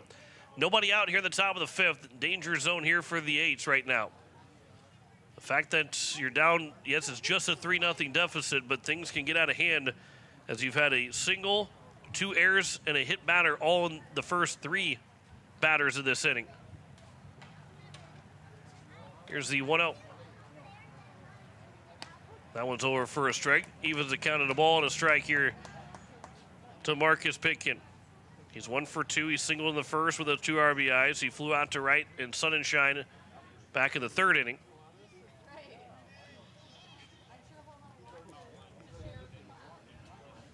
Ouellette will come set from the stretch. Here's the 1-1 pitch. That'll bounce in. Good block again by Simpson. Swallows that one up, and the count's 2-1.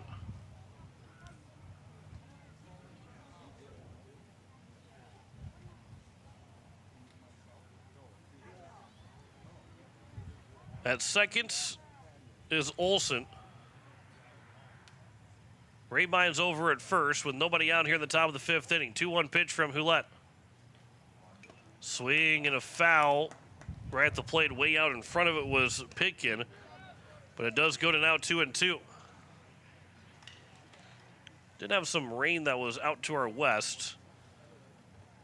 It was out past Stanley County, and we might actually see some rain potentially fall here in Pierre shortly, but nothing that should keep us from continuing the game. Here's a ground ball up the middle.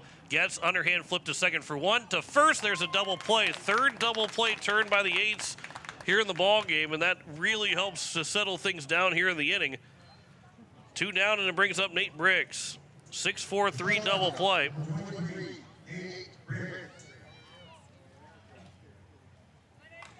And that's a big-time double play turn. Nate Briggs, the shortstop, to the plates. The runner on third here with 2 down in the top of the 5th inning.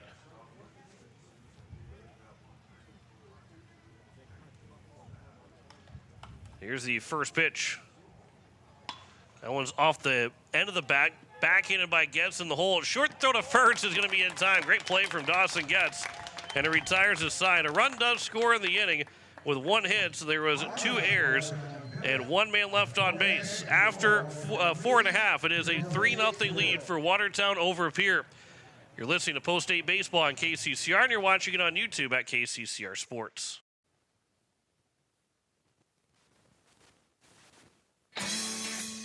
AGE Corporation has been building South Dakota for over 60 years. For all your site work, construction, and crane needs, AGE is there for you. If you need a boat dock and dock lighting, AGE has what you need. Visit their website, agecorp.com, or give them a call at 223-2732. AGE Corporation, providing high-quality services without sacrificing safety. Visit agecorp.com or call 223-2732. As community bankers, BankWest employees are deeply committed to supporting local causes, growing the local economy, and creating local opportunities. At a time when you can bank anywhere, we hope you choose BankWest. We'll be your financial partner for the long haul, helping you and your community achieve financial success. BankWest. Convenient, connected, committed. Member FDIC. We welcome you back. It is the bottom of the fifth inning and a 3-0 lead in the American Family Insurance printing shuffle-by scoreboard for this Watertown team, and it will be the eights that will have 8, 9, and 1. Grayson Hunsley, Porter Hunsley, and Carter Shufflebine. Anybody reaches base, it'll be Dawson Getz. Hunsley led off the bottom of the third with a base hit. See if he can do the same here in the bottom of the fifth inning. Watertown has a 3-0 advantage as the first pitch will be popped up by Hunsley at third base side. Reese will call for it. He'll make the catch, 1 pitch and 1 out here in the bottom of the fifth. And it brings up Porter Hunsley. This ball game, if you're Watertown, you're on pins and needles right now because you've had the 2 innings that you've scored runs. Yes, you've got 3 runs in those 2 innings, but there was an opportunity for massively big crooked numbers, and you only got 2 in the first and 1 in the fifth. You had the first 4 guys got on base in the top of the first inning before you got the first out, and you only scored twice. Here you had 2 errors in the top of the fifth, along with a hit and a hit by pitch in the first 3 guys, and you only scored 1 run. So you have Watertown has not taken advantage of the mistakes and the opportunities that they've had. However, when you have Caden Rylance on the mound for your team, that does help not necessarily cash in on all those opportunities and still feel pretty good about a chance to win a baseball game. As it counts 3-0 here to Porter Hunsley. 3-0 pitch, that's over for a strike. He failed his bunt attempt in his first trip to the plate. He's 0 for 1. Here's the 3-1 pitch. Over for a strike, and the count's 3-2. So now full count here to Hunsley. Chopper off the plate. It's going to be a tough play, but it'll hit the lip and go foul. And it's now still remaining a full count.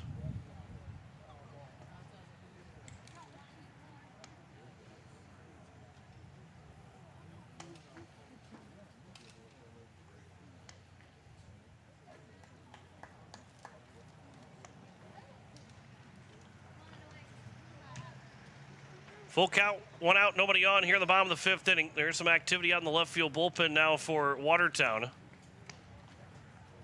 Payoff pitches upstairs, and that'll be a walk. 1 out walk issue to Porter Hunsley. He's on base for the first time. And it's the top of the order for Carter Shufflebine.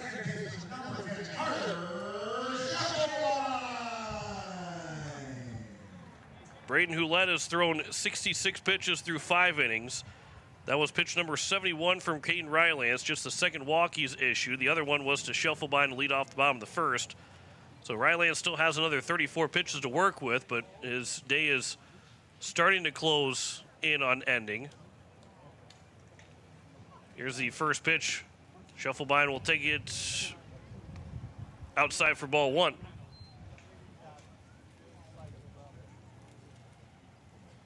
Baseball makes its way down from the left field bullpen all the way towards the third base coaching box. River Iverson. Here's the 1-0 pitch. Shufflebine will take that high, and the count's now 2-0. See if the Eights can cash in on something here. They haven't had a whole lot of base runners. They've left 4 guys on base. That was just their 5th one. Here's a ground ball that'll be up the middle. That'll get through for a base hit. Shufflebine is now 1 for 2. And it's first and second. This will go off the base, and now Hunsley will take off for third. The throw to third. He'll slide in safely. And it's first and third now with 1 away. Good heads-up base running by Porter Hunsley as that throw skipped off the base and went towards the first base bag. And because of that, it allowed him to take off and have an opportunity to get over to third base, and his speed will get him 90 feet away from making this a 3-1 ball game.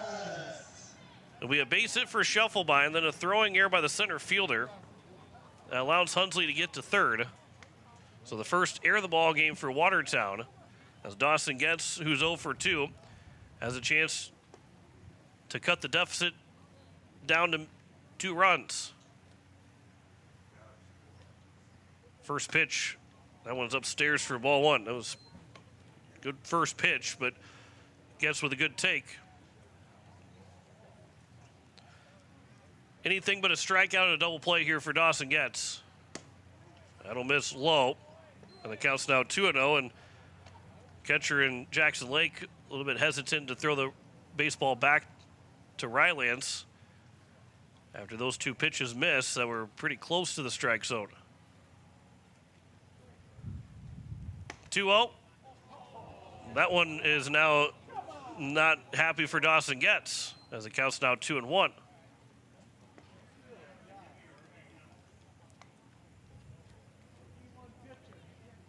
First and third with 1 out, pickoff attempt, and Schuffelbein dives back in safely.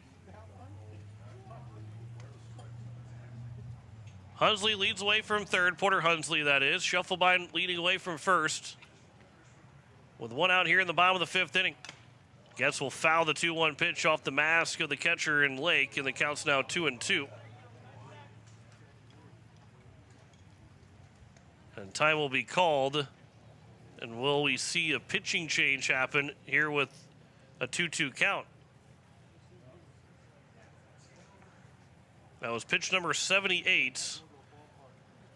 80 pitches is the as high as you can go. You can throw 79, and then once you throw 80, you have 4 days of rest.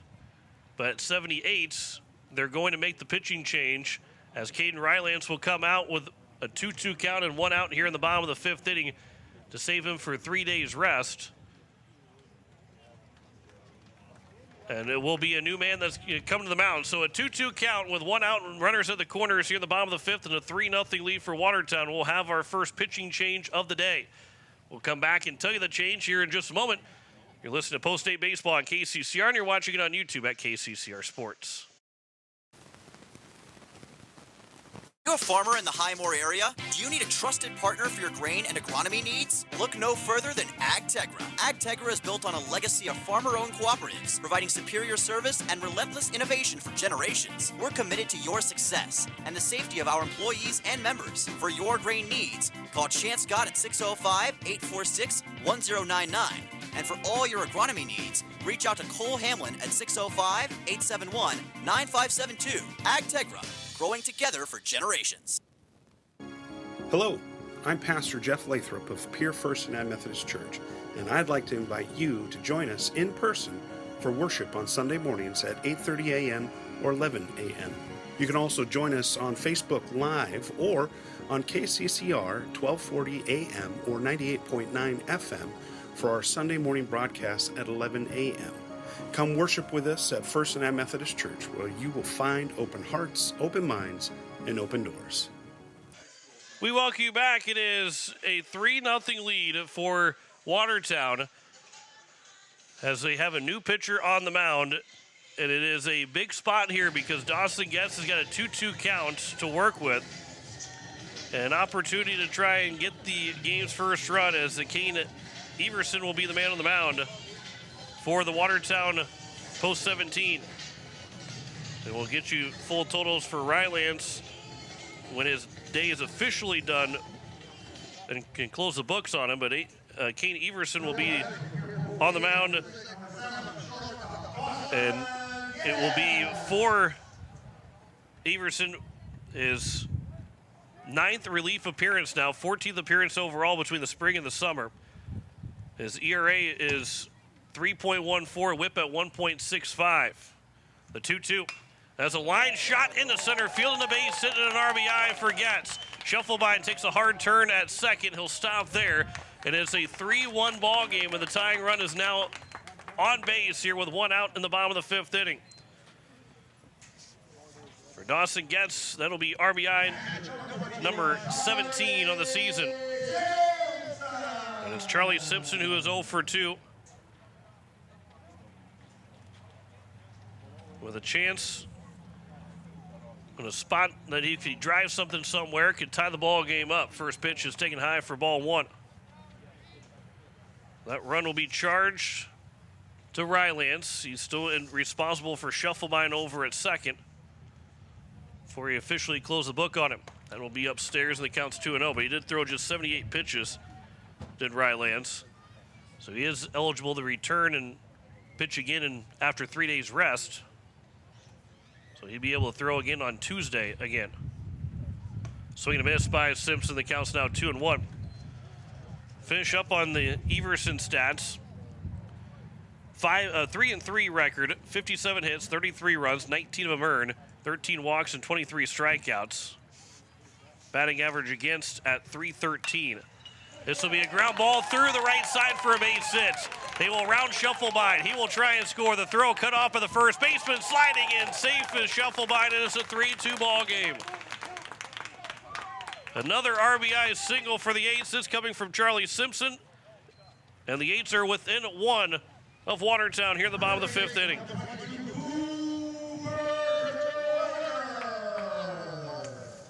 For Charlie Simpson, that is RBI number 12. And Terwilliger to the plate with 15 runs driven in. A chance to tie the ball game up with a hit through the hole.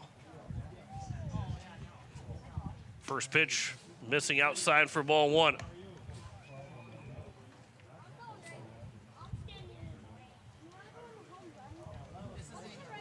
Terwilliger's 1 for 2 with a base hit back in the bottom of the fourth inning. Swinging a high fly ball to left field. Backing up as a left fielder into the gap. He'll make the catch in Hansen. No tag coming from Getz. And there's now 2 down. And it's up to Ridge Limbach to try and tie the ball game up here in the fifth. Limbach is 1 for 2. He and Terwilliger had back-to-back singles in the fourth inning. They both were stranded. But the Eights found a way to crack through here with less than 2 outs in the inning, now with 2 outs. As we'll get you full totals here of Caden Rylance as the first pitch is over for strike one. He went 4 to third inning, allowing 4 hits. Both of the runs were earned against Rylance, 2 walks and 4 strikeouts. While Watertown does have that error in the inning, it was not on a play that would have retired anybody. And how the base hits have come, as it counts now 0-2, that even without the error, Hunsley and Shufflebine both were scoring. So it doesn't affect the earned runs or lack thereof for Rylance. 0-2 count to Ridge Limbach. Everson delivers. Limbach, ground ball. That'll get past a diving third baseman into left field. Getz will round third. He'll come in to score. This ball game is tied. 3 RBI singles for the Eights here in the fifth inning. We're squared at 3 with 2 outs. Still first and second. RBI singles for Dawson Getz, Charlie Simpson, and Ridge Limbach. As Limbach is now 2 for 3 in the ball game, and it brings up Sutton Sunshine. Limbach has got his 20th RBI of the season. Sunshine can match that with a base hit and give the Eights the lead.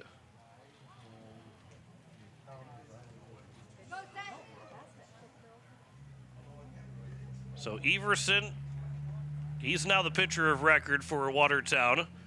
Rylance can no longer get the win. First pitch is over for strike one to Sutton Sunshine. And we'll see if Sunshine can find a way to drive in a base runner. With Simpson over at second.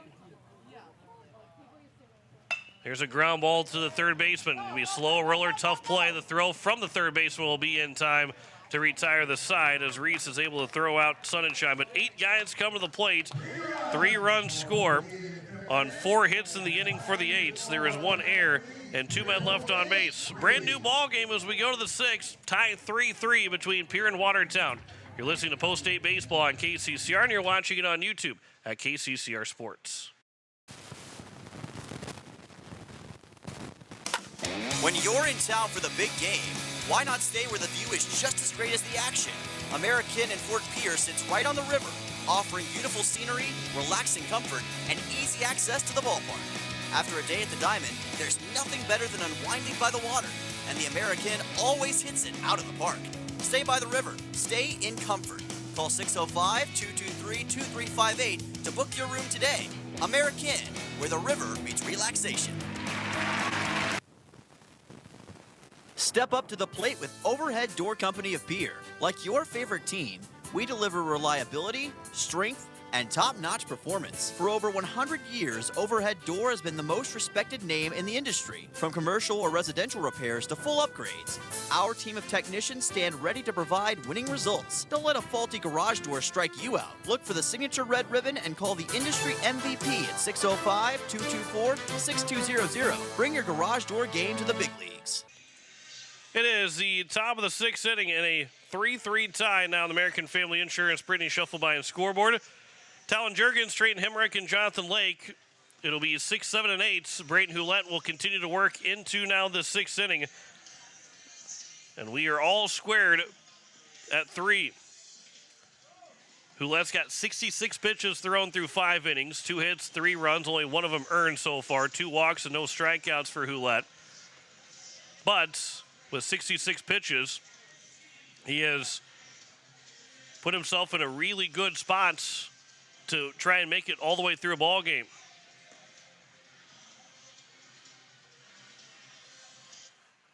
If he can be fairly efficient here in the top of the sixth inning,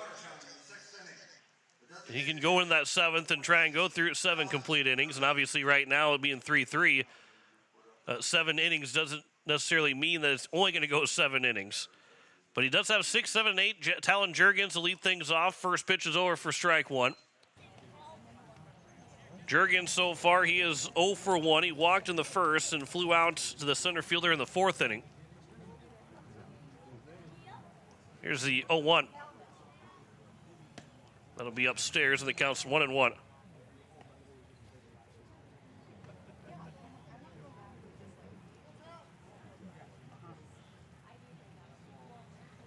One pitch to Jurgens. It'll be outside, and the count's 2-1.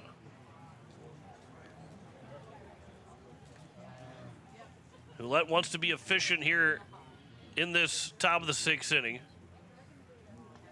2-1 pitch. Swing and a miss. Off-speed pitch. That got Jurgens way out in front, and the count's now 2-2.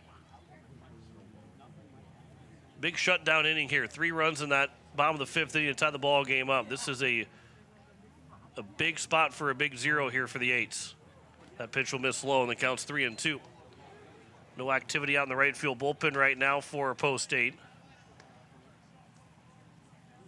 And you don't have Will Danberg or J.J. Buckles to throw today. So the options, they're not super limited, but a little bit more limited. 3-2 pitch is fouled right off the mask of Charlie Simpson. As the count remains at full at 3-2.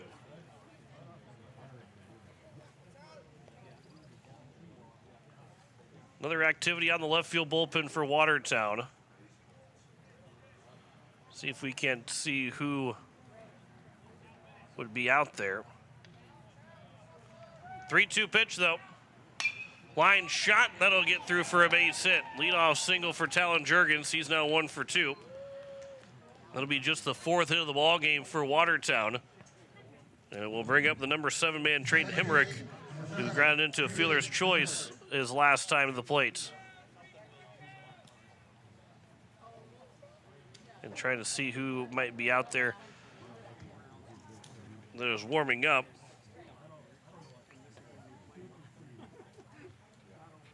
It will be Carter Busker that is warming up out in left field for Watertown. Hemrick showing bunt, pulls it back and taking it for ball 1. Leadoff man on base. Some sprinkles maybe have been falling. Doesn't look like it's raining anymore. Nobody is sitting with umbrellas on, but there are a couple of people that have moved under the canopy. Showing bunt, bunting it down the first base line. Perfectly placed bunt. It's going to roll right past the first base side. And it's now 1st and 2nd here with nobody out. That was pushed perfectly by Hemrick. Twilliger at the bag at first. Maybe a chance of communication to get Twilliger over to pick up the ball at first and then flip it to Houlette and basically have both guys pass each other. But that was about the only chance to try and make a play. But it's 1st and 2nd here with nobody out. Jonathan Lake, who is 0 for 1, flew out to right field and drew a walk. He's showing bunt now. First pitch is missing outside for ball 1. So first and second and nobody out here in the top of the 6th inning. This becomes all important to get this. If they bunt the ball, you have to get an out. Even if you probably won't put the number 9 man on base to get to the top of the order, but you could potentially do that, but still have a chance for a double play to get out of the inning.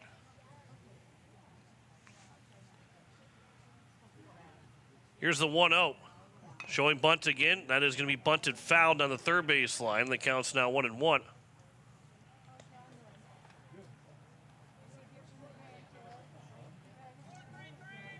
Any rain that's was falling and could be falling looks like it will be moving out of Pierre into the east of us. And really, by the look of the concrete, didn't really do much of anything, but had a few drops on the players out on the field. Here's now the 1-1 pitch, showing bunt again, pulling it back and taking it low and away, and the count's now 2-1 to Lake.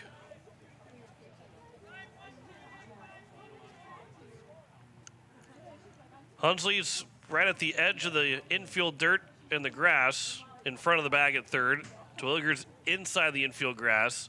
He's the one charging if there's a bunt attempt. Next pitch will be bunted back to Hulett. He can throw to third. His throw will be on time, and that will be a failed sacrifice bunt.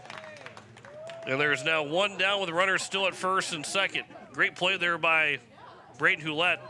Field it. Throw it calmly over to third base. Not many times as a pitcher you step and throw to third. But he does field that one cleanly in a 1-5 fielder's choice. First and second now for Cole Hansen with one away. Now all of a sudden you're a ground ball to get out of the inning. And there is a ground ball over to second base. Flip to second for one. From short to Getz. It is going to be in time for the double play. And it is going to be another double play turn. Fourth of the ball game for Post States. And after the first two reach base on back-to-back singles, they get out of it quickly. A 4-6-3 double play. No runs, 2 hits, no errors, and 1 man left on base. We head to the bottom of the 6th. It is a 3-3 tie between Pierre and Watertown. You're listening to Post State Baseball on KCCR, and you're watching it on YouTube at KCCR Sports.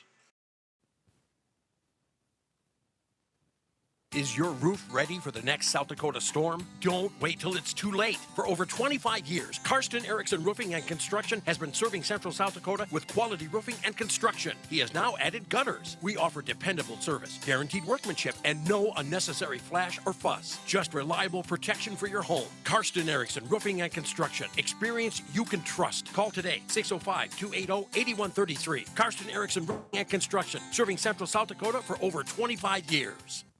Look, it's no secret that owning a vehicle can cause a lot of stress, and they get a lot of wear and tear on them through the extreme seasons we've grown to love. Graham Tire wants you to know that you can trust them with any problem that you have with your vehicle. Their ASE certified mechanics can make your AC cool again, or even just change your oil. They can look into and fix those noises that seem to come from nowhere and have you stressed out. Bring your car to Graham Tire so they can put your mind at ease. Graham Tire, your tire store next door.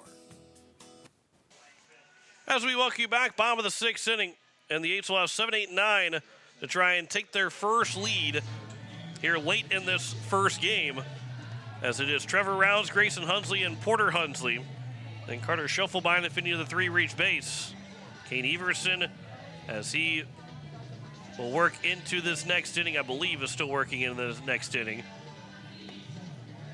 Yeah, he will be still out there. It was Busker that was warming up out in left field, but he is not into the game.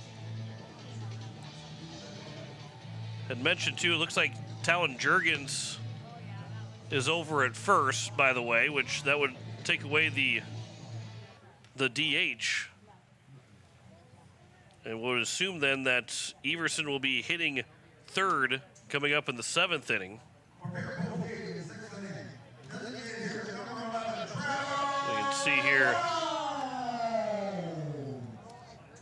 with the Watertown game changer.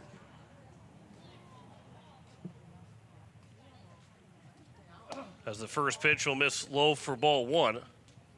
Here to Trevor Rounds, who is 0 for 2 with 2 strikeouts. Yeah, Everson is now in the batting order as it counts 2-0.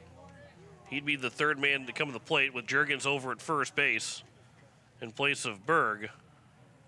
Everybody else stays the same.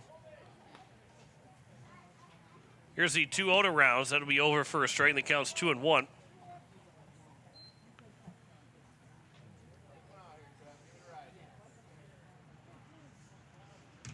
Here's a 2-1 pitch to Trevor Rounds.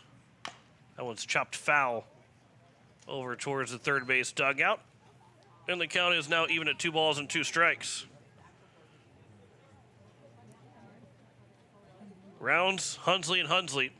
Time is called, and Lake will make his way out to talk with his pitcher in Everson. Game 2 will be coming up after we are done here in Game 1. Somewhere around 25, 30 minutes after Game 1 concludes, we'll have Game number 2.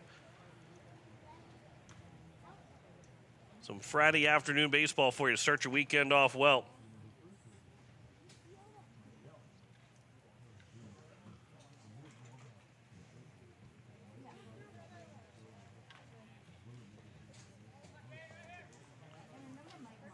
Two. That'll hit Rounds. The catcher in Lake once say that that Rounds lead into the pitch. But he is hit by the pitch, and it will bring up now Grayson Hunsley. Coach Neal actually come out and argue that and saying that he leaned into it.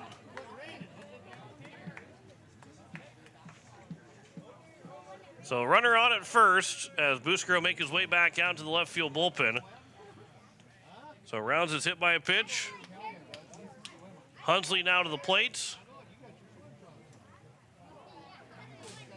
With nobody out here in the bottom of the 6th inning as the Aces will try and get their first lead today. He'll show bunt and will bunt it foul behind home plate for strike 1.